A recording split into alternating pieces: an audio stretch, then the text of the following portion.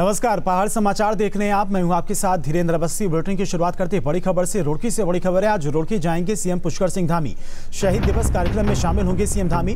राजा विजय सिंह के स्मारक पर श्रद्धांजलि देंगे और भगवानपुर के कुंज बहादुर गांव में कार्यक्रम होगा। पुलिस प्रशासन ने सुरक्षा व्यवस्था के पुख्ता इंतजाम कर लिए हैं। कुंजा बहादुरपुर के ग्रामीण आज 3 अक्टूबर को मनाते हैं राजा विजय सिंह शहीद दिवस। तो मुख्यमंत्री पुष्कर सिंह धामी आज रुड़की के दौरे पर जाएंगे। पुलिस प्रशासन ने सुरक्षा व्यवस्था के पुख्ता इंतजाम कर लिए हैं। तो 3 अक्टूबर को शहीद दिवस मनाया जाता है रुड़की में, और उसी कार्यक्रम में शामिल होने के लिए पुष्कर सिंह धामी आज रुड़की के दौरे पर जाएंगे। और रुड़की से एक और बड़ी खबर है। घर की तीसरी मंजिल से गिरा किशोर। हादसे में किशोर की मौत हो गई है। मोबाइल पर गेम खेलते समय हादसा हुआ है। पुलिस ने शवों को कब्जे में ले लिया है। गंग नहर कोतवाली क्षेत्र का मामला बताया जा रहा है। तो रुड़की से एक और बड़ी खबर है। मोबाइल पर गेम खेलते समय हादसा हुआ है और तीसरी मंजिल से एक युवक गिर गया जिसकी मौके पर ही मौत हो गई है। गंग नहर कोतवाली क्षेत्र का यह मामला बताया जा रहा है। तो घर की तीसरी मंजिल से किशोर गिरा है। गेम खेलते वक्त हादसा हुआ है और इस हादसे में किशोर की मौत हो गई है। और चमोली से बड़ी खबर है। त्रिशूल पर्वत पर दलों की तलाश तेज कर दी गई है। एक बार फिर सेना का हेलीकॉप्टर रवाना हुआ है। शनिवार को रेस्क्यू के दौरान मिले थे 4 शव, 1 जवान और 1 पोर्टर अभी भी लापता है। तो सेना की तरफ से चलाए जा रहे त्रिशूल ऑपरेशन को एक बार फिर से शुरू किया गया है। कल 4 जवानों के शव बरामद किए गए थे। अभी 1 जवान और 1 पोर्टर लापता है। सेना की तरफ से त्रिशूल ऑपरेशन को एक बार फिर से शुरू किया गया। खराब मौसम के चलते ऑपरेशन को रोक दिया गया था। अब 1 जवान और पोर्टर की तलाश में फिर से त्रिशूल ऑपरेशन को शुरू किया गया है। तो चमोली के त्रिशूल पर्वत पर चल रहे सर्च ऑपरेशन में 4 नौसेना के जवानों के शव बरामद हुए हैं। शनिवार को युद्ध स्तर पर सर्च ऑपरेशन चला और नौसेना के 4 जवानों के शव बरामद किए गए।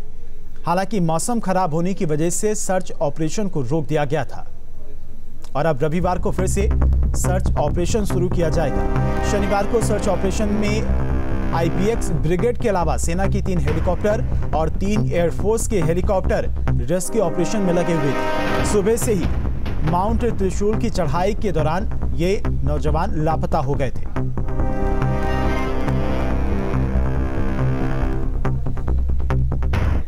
और चमोली के त्रिशूल पर्वत पर चल रहे सर्च ऑपरेशन में 4 नौसेना के जवानों के शव बरामद हुए हैं। शनिवार को युद्ध स्तर पर सर्च ऑपरेशन चला और 4 नौसेना के जवानों के शव बरामद किए गए हैं। हालांकि मौसम खराब होने की वजह से सर्च ऑपरेशन को रोक दिया गया था।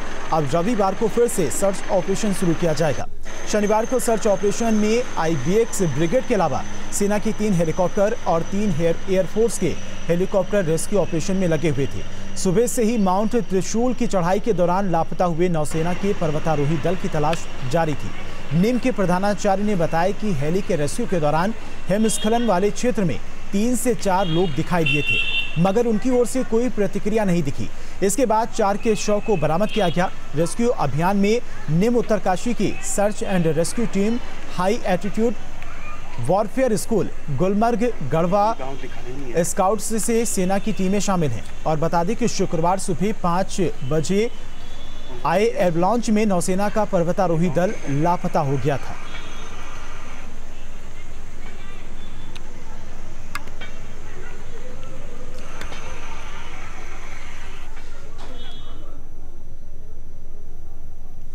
तो चमोली के त्रिशूल पर्वत पर शनिवार को दिन भर चले सेना के ऑपरेशन में 4 जवानों के शव बरामद किए गए। नेहरू पर्वतारोहण संस्थान ने बताया है कि 5 लापता नौसेना पर्वतारोहियों में से 4 lieutenant commander Rajinikanth Yadav, lieutenant commander Yogesh Tiwari, lieutenant commander Anant Kukreti और हरिओम MCPO के पार्थिव शरीर को त्रिशूल पर्वत से बरामद किया गया है।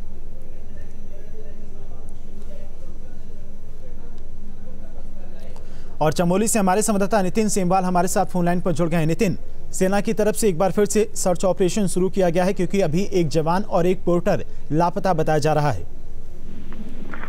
जी, एक बार फिर से सेना के जो हेलीकॉप्टर हैं वो रवाना हो चुके हैं त्रिशूल पर्वत के लिए, क्योंकि हालात वहां पे ज्यादा खराब है, इसलिए हेलीकॉप्टर से ही ज्यादा रेस्क्यू किया जा रहा है। क्योंकि हाई एल्टीट्यूड होने की वजह से जो ग्राउंड से जो जवान वहां पे पहुंचे थे वो वहां पे नहीं पहुंच पा रहे हैं, इसलिए सेना की मदद भी ली जा रही है और हेलीकॉप्टर की मदद भी ली जा रही है।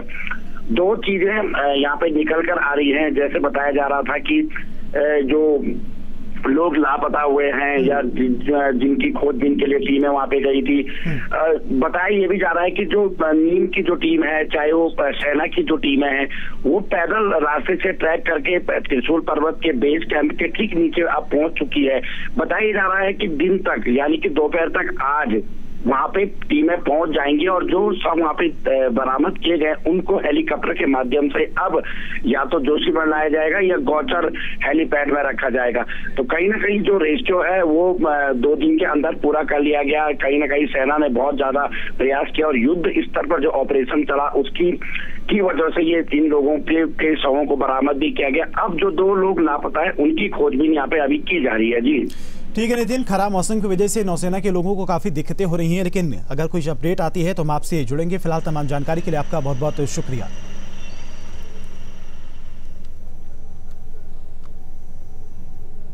और पर्वतारोही दलों के बिना परमिशन त्रिशूल पर्वत पर जाने पर बद्रीनाथ वन प्रभाग के उप वन संरक्षक आशुतोष सिंह का बयान आया है। उन्होंने बताया है कि 4 नौसेना के जवानों को ही त्रिशूल पर्वत पर जाने की अनुमति थी। इसके साथ ही मुख्य वन प्रतिपालक देहरादून की ओर से बद्रीनाथ वन प्रभाग में 5,000 रुपए जमा करने और टीम की पूरी जानकारी देने की बात कही गई थी। जानकारी उपलब्ध थी कि एक 4 सदस्यीय माउंटेनियरिंग टीम को मुख्य वन्यजीव प्रतिपालक द्वारा परमिशन दी गई थी कि यह टीम 21 सितंबर से लेकर 18 अक्टूबर तक माउंट त्रिशूल के माउंटेनियरिंग एक्सपीडिशन पे जा रही है और यह टीम जाने से पहले अपनी सारी जानकारी जो है प्रभागीय वन अधिकारी के साथ साझा करेंगी। वहाँ पे अपने सारे दस्तावेज शेयर करेगी। वहाँ पे आपके जो भी उनका शेड्यूल रहेगा, डे टू डे प्रोग्राम रहेगा माउंटेनियरिंग का, उसको शेयर किया जाएगा। टीम द्वारा कोई ऐसी जानकारी नहीं दी गई, ना हमसे कोई भी प्रभागीय कार्यालय से कोई भी परमिशन ली गई। तो इस संबंध में हमारे पास उस गश्ती दल के बारे में अभी कोई पुख्ता जानकारी उपलब्ध नहीं है। इसके अलावा अगर कोई और टीम वहाँ पे गई है माउंटेनियरिंग के लिए तो उसके लिए बताना चाहूँगा चीफ वाइल्ड लाइफ वार्डन के यहाँ से या प्रभागीय कार्यालय से कोई भी ऐसी परमिशन नहीं दी गई है। और चमोली के स्थानीय ट्रैकिंग एजेंसियों के संचालक ने बताया है कि मौसम बदलते ही कभी कभी मुश्किल हालात पैदा हो जाते हैं। कड़ाके की ठंड के बाद लोगों की सांसें बंद हो जाती हैं। सभी उम्मीद लगाए हुए हैं कि जो लोग त्रिशूल पर्वत पर लापता हुए हैं वे पर्वतारोही सुरक्षित रेस्क्यू किए जाएंगे। तो मुझे लगता है कि अभी वहाँ पे कुछ इस तरह का कुछ एवलांस ट्रिगर हुआ होगा और जिसमें कि हमारे जो ये माउंटेनियर्स हैं इसकी चपेट में आ गए होंगे, तो ऐसा कुछ मुझे लगता है। और चमोली के त्रिशूल पर्वत पर 4 जवानों के शव मिलने पर रक्षा मंत्री राजनाथ सिंह ने दुख जताया है। राजनाथ सिंह ने ट्वीट में लिखा है कि इस त्रासदी में राष्ट्र ने न केवल अनमोल युवा बल्कि साहसी सैनिकों को भी खोया है। रक्षा मंत्री ने कहा कि lieutenant commander Rajinikanth Yadav, lieutenant commander Yogesh Tiwari, lieutenant commander Anant Kukreti और एमसीपीओ हरिओम के शोक संतप्त परिवारों के प्रति उनकी संवेदना है। इस त्रासदी की घड़ी में उनकी संवेदनाएं उनके परिवार के साथ हैं। उन्होंने टीम के बाकी सदस्यों का जल्द पता लगाने की प्रार्थना की है।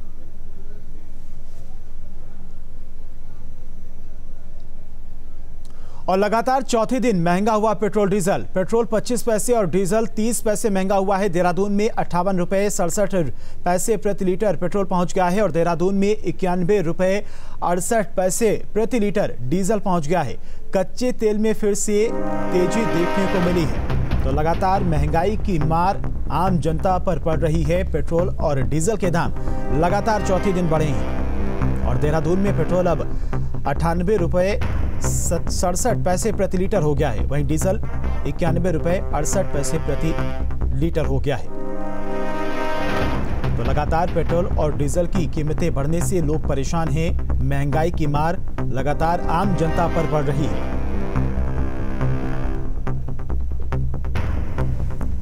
और पेट्रोल डीजल महंगा होने की वजह से कई जगह पर महंगाई देखी जाती है, ट्रांसपोर्ट में भी महंगाई देखी जाती है, जिसकी वजह से जो आम जनता के लिए सामान है वो भी महंगा हो जाता है।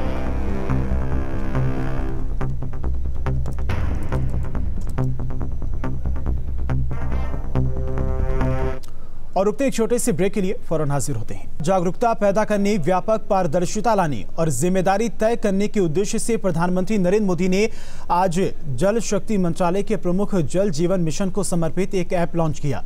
प्रधानमंत्री नरेंद्र मोदी ने जल जीवन मिशन के तहत पानी समितियों और ग्राम पंचायतों से वीडियो कॉन्फ्रेंसिंग से बात की। पीएम ने उत्तराखंड के जल समिति के अध्यक्ष से बात की और उनके अनुभव जाने।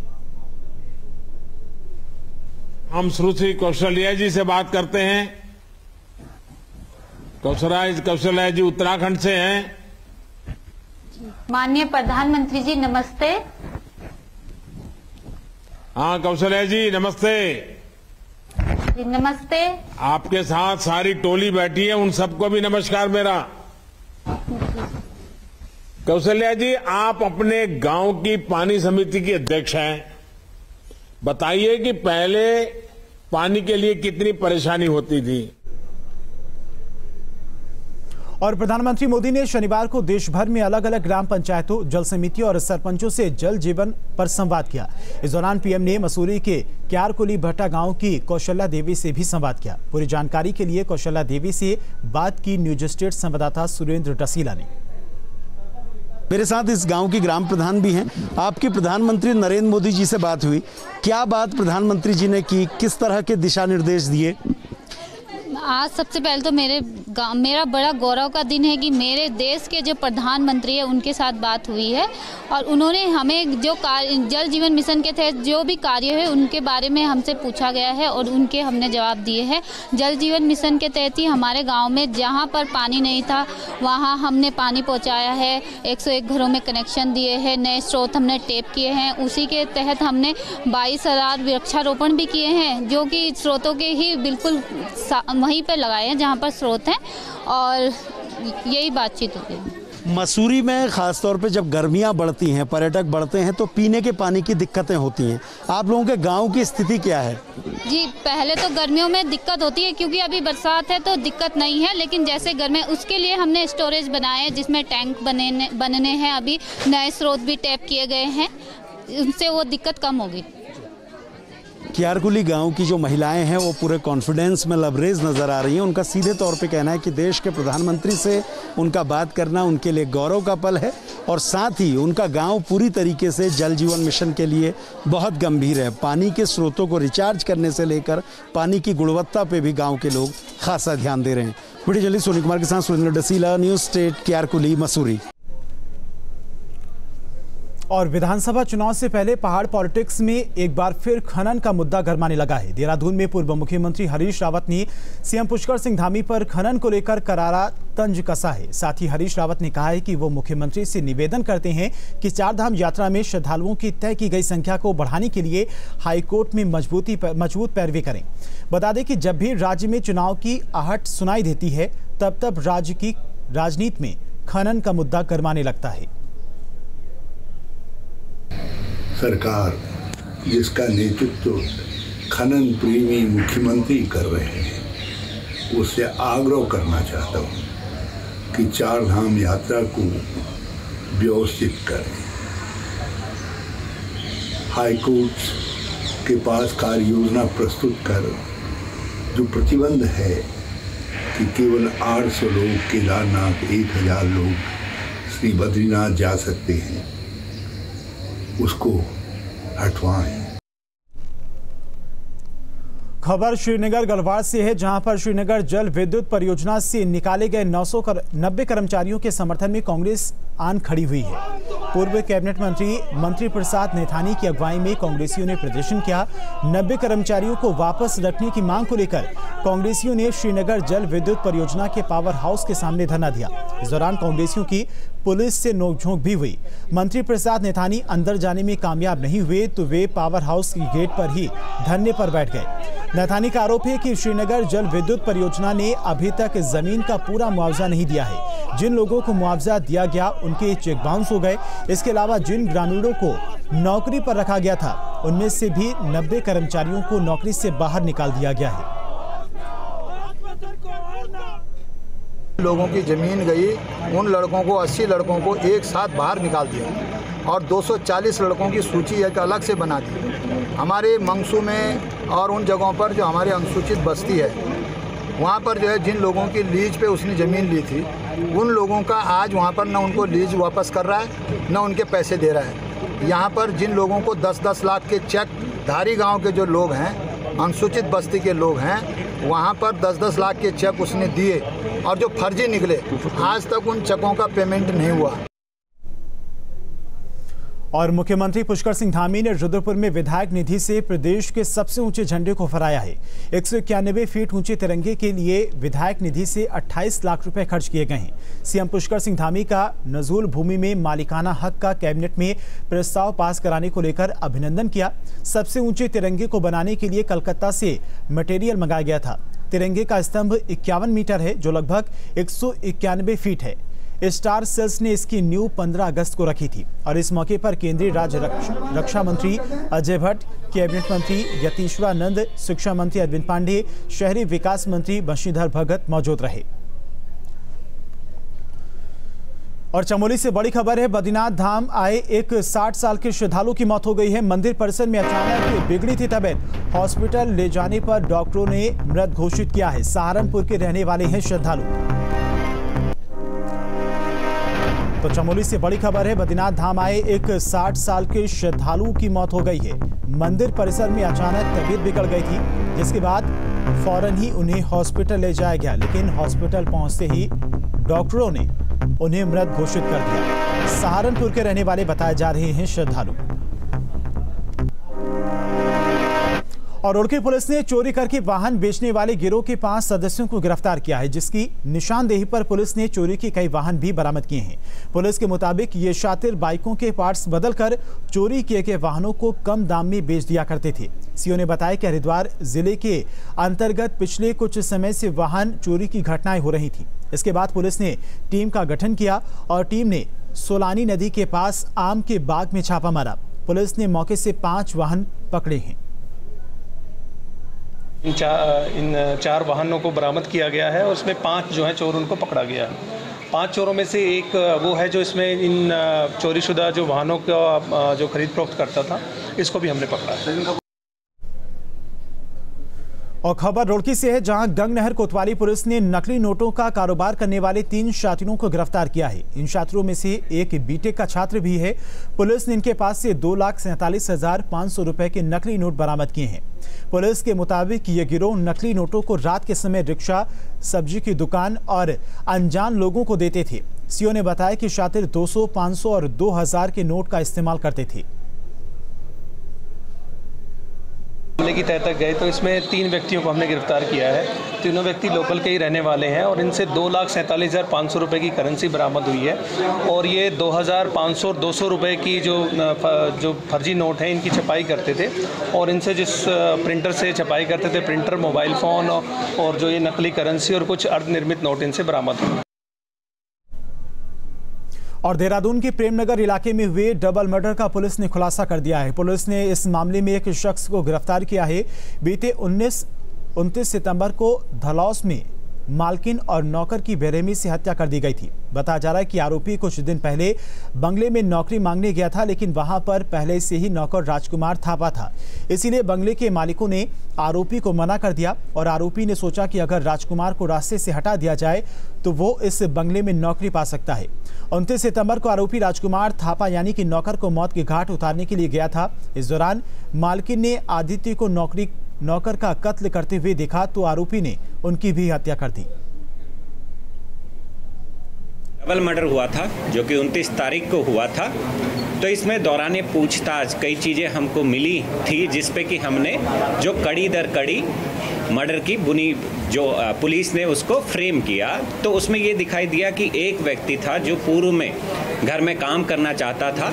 उसके द्वारा ये ताना बाना बुना गया कि अगर जो ऑलरेडी नौकर घर में काम कर रहा है, अगर उसको रास्ते से हटा दिया जाए तो वो आदमी उस घर में नौकरी कर सकता है। तो उसी तर्ज पर उसने इस क्राइम को अंजाम दिया।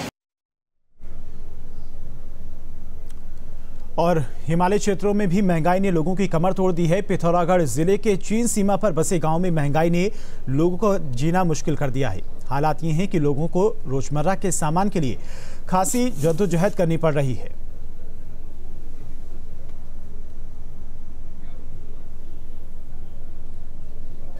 और फिलहाल इन्हीं खबरों के साथ इस बुलेटिन में इतना ही। नमस्कार।